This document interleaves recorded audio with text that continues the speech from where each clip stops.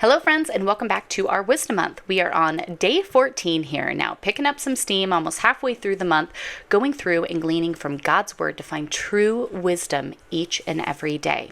Be sure to check out the link down in the description to get my daily emails that are coming out with what we're reading, the key wisdom points, and then reflection questions to take to prayer. So yes, we're reading it, but we're also applying it, being sanctified each and every day. Let's get into day 14. A wise woman builds her home, but a foolish woman tears it down with her own hands. This verse stood out so bright to me as a woman. Am I building up my home with intention, or with my own hands am I tearing it down? We actually did a whole series study on this, and if you would be interested to get that, I will leave you the link. Just leave me a comment, let me know. But this one to me stood out so strong. Verse 2. Those who follow the right path fear the Lord. Those who take the wrong path despise him. A fool's proud talk becomes a rod that beats him, but the words of the wise keep them safe. You see that? His proud talk, he beats himself, right? That's how foolish it is that you're hurting yourself with your own words. Without oxen, a stable stays clean, but you need a strong ox for a large harvest. This stood out to me. Your house may be clean, but you have no one.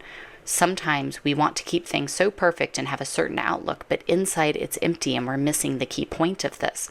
And so I think that's an important thing to remember. An honest witness does not lie, but a false witness breathes lies. A mocker seeks wisdom and never finds it, but knowledge comes easily to those with understanding. How I pray for that every single day. Verse 7. Stay away from fools, for you won't find knowledge on their lips. Who you're being influenced by really makes an impact in what you're going through each day. So if you're surrounding yourself with fools, well, what do you think you're going to find, right? The prudent understand where they are going, but fools deceive themselves.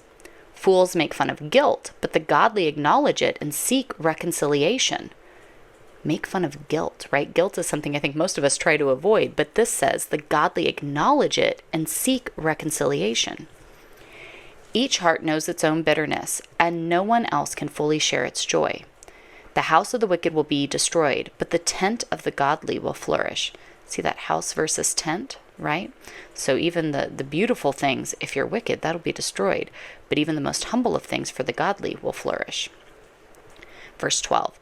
There is a path before each person that seems right, but it ends in death. Laughter can conceal a heavy heart, but when the laughter ends, the grief remains. Backsliders get what they deserve. Good people receive their reward.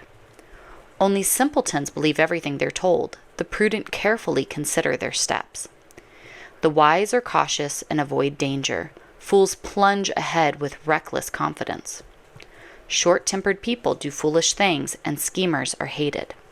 Simpletons are clothed with foolishness, but the prudent are crowned with knowledge. Evil people will bow before good people. The wicked will bow at the gates of the godly.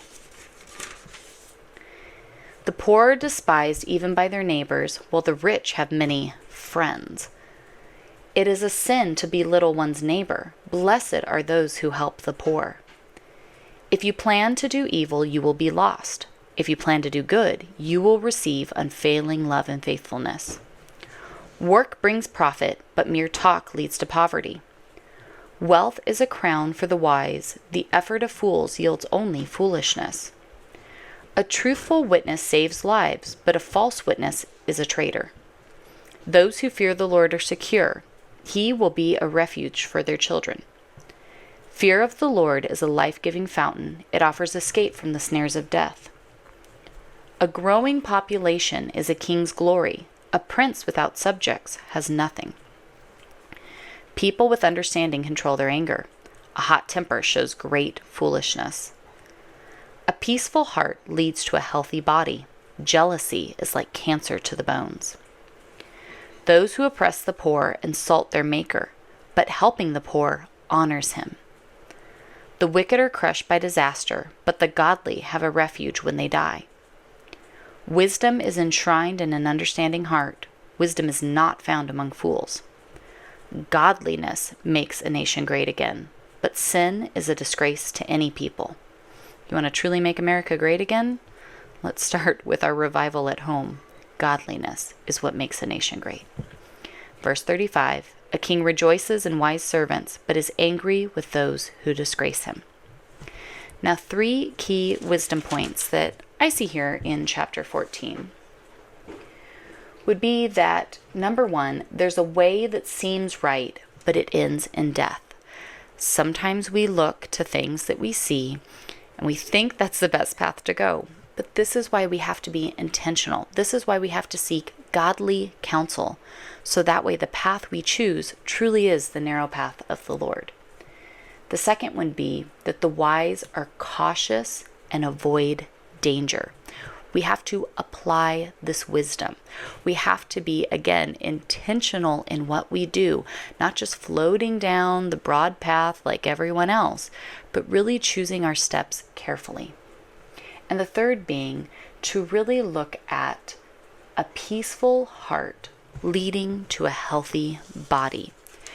That cancer that comes into our bones when we are consumed with jealousy. You want to find true health? Start with a peaceful heart, rooted in the Lord, that really knows what you're investing in here in this life. And for us as Christians, it's the things that are eternal. Now be sure to check your email to get today's reflection questions as you continue on to apply these things to your life, growing each and every day a little more biblically literate and a little more spiritually mature. I'll see you all right back here tomorrow. Bye, friends.